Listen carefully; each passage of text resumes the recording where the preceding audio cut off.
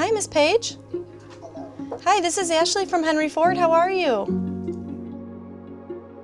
I make the initial phone call, which is probably the toughest part of my job, but I make the initial phone call and say that, unfortunately, the biopsy that we did came back positive.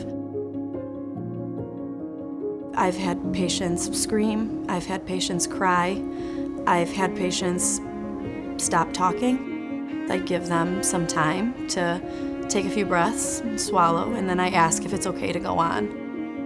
So in here, you'll find a blanket to keep you warm. Nice.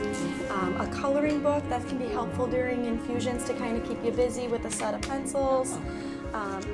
A nurse navigator is essentially someone who is beside the patient for their full treatment course. Starts by giving the patient their diagnosis and then walks along with them through each step in the process. So initial consultation, surgery, post-surgical, and then any post-treatment that may be arranged, we do that as well.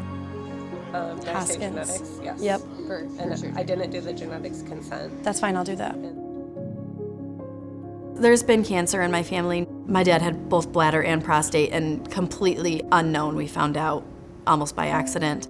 It's changed the way I look at a lot of things.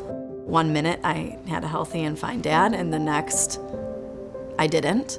And so just having that in my back pocket and being reminded that things do happen quick and we need to adapt and overcome, and also it's okay to not be okay.